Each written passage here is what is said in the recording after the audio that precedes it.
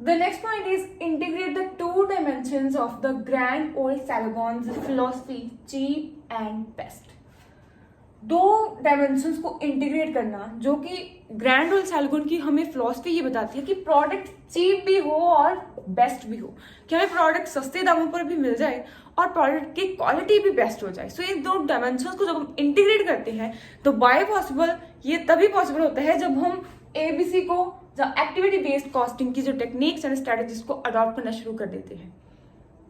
Hey guys, आज हम बहुत ही इंपॉर्टेंट टॉपिक के बारे में बात करने वाले हैं. जैसे कि मैंने बोर्ड पर लिखा हुआ है ABC.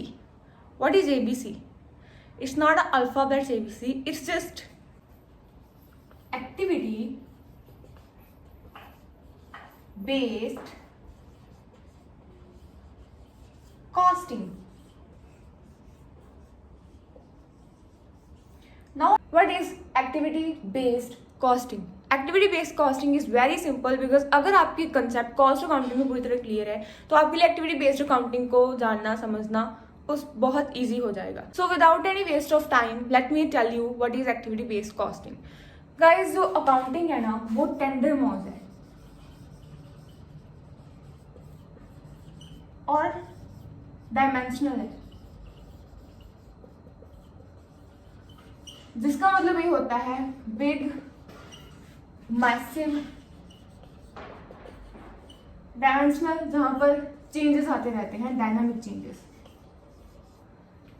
कॉस्ट अकाउंटिंग को लेकर, जहां फिर एक कॉस्ट अकाउंटेंट के लिए किसी भी प्रोडक्ट की जो कॉस्ट की रेंज को सिलेक्ट करना और उसे कम्पीट करना बाकी कॉम्पिटिटर्स को लेकर, और जिससे उसकी कॉस्ट भी कम पड़े, प्रॉफिट भी ज़्यादा हो जाए, और जो उसकी फिक्स कॉस्ट वेरिएबल कॉस्ट दोनों को कवर करता हो, उसे इस बेस पर डिसीजन लेना बहुत मुश्किल हो जाता है. लेकिन उस वक्त हमारा एक्टिविटी बेस्ड कॉस्टिंग है वो हमें हेल्प करता है कि कैसे हम चीप एंड बेस्ट प्रोडक्ट्स बना सकते हैं with the help of this activity based costing concept. So guys, today का जो इन्वायरमेंट है, सो इस ओवरऑल इंट्रोडक्शन में आपको ये तो समझ आ गया होगा कि अकाउंटिंग जो इन्वायरमेंट है जहाँ पर एक कॉस्ट अकाउंटेंट एग्जिस्ट करता है किसी भी मैन्युफैक्चरिंग कंपनी में. अगर so this is the basic concept of activity based costing. Why we need activity based costing? क्योंकि अगर एक अकाउंटिंग, अगर एक बिजनेस कितना भी स्ट्रांग क्यों ना हो, उसे अपनी फ्यूचर पर जो लाइट है, टॉर्च तो मारनी पड़ती है उसे फोर्स से करने के लिए कि उसका जो बिजनेस है वो एक्चुअली जा कैसा रहा है. एक्चुअली उसका बिजनेस इतना कॉम्पिटिटिव है, इतना कैपेबल है कि वो अपनी एज को, जो उसके किनारों पर बैठे हुए कॉम्पिटिटर्स को compete कर पाए. सो उसके लिए एक्टिविटी बेस्ड कॉस्टिंग की जरूरत पड़ती है, जहाँ पर हमें ABC, जैसे ABC को सीखने के लिए पूरी की पूरी इंग्लिश को हमें लर्न करने के लिए एक ABC की जरूरत पड़ती है, उसी तरह से ही प्रोडक्ट की रेंज को सिलेक्ट करने के लिए हमें एक्टिविटी बेस्ड कॉस्टिंग की भी जरूरत पड़ती है. So this is the basic concept of activity based costing. Now for more clarification, I'm gonna provide you the step by step need which arises the use of activity based costing, or we can say in simple language why we need activity based costing or why we need ABC and why this concept arise in cost accounting concept. Need of activity based costing. Generate accurate product cost information. Manufacturing company जिस product को manufacture कर रही है उसकी पूरी proper सही information को generate करना, उसकी सही जानकारी होनी चाहिए कि किस प्रोडक्ट को बनाने के लिए कितनी कॉस्ट लग रही है. Next point is individual products में कॉज एंड इफेक्ट रिलेशनशिप को लेकर उनमें क्लियर लिंक होना चाहिए. सो this is the second point of need of ABC. The next point is identify and differentiate the value added and non value added activities. जितनी भी activities होती हैं business में, किसी भी ऑर्गेनाइजेशन में, किसी भी मैन्युफैक्चरिंग कंपनी में, उन्हें हमें डिफरेंशिएट करना चाहिए कि कौन कौन सी एक्टिविटीज से हमें वैल्यू हो रही है और कौन कौन सी activities are non value. So there is a need to be identify and differentiate among value added and non value added activities.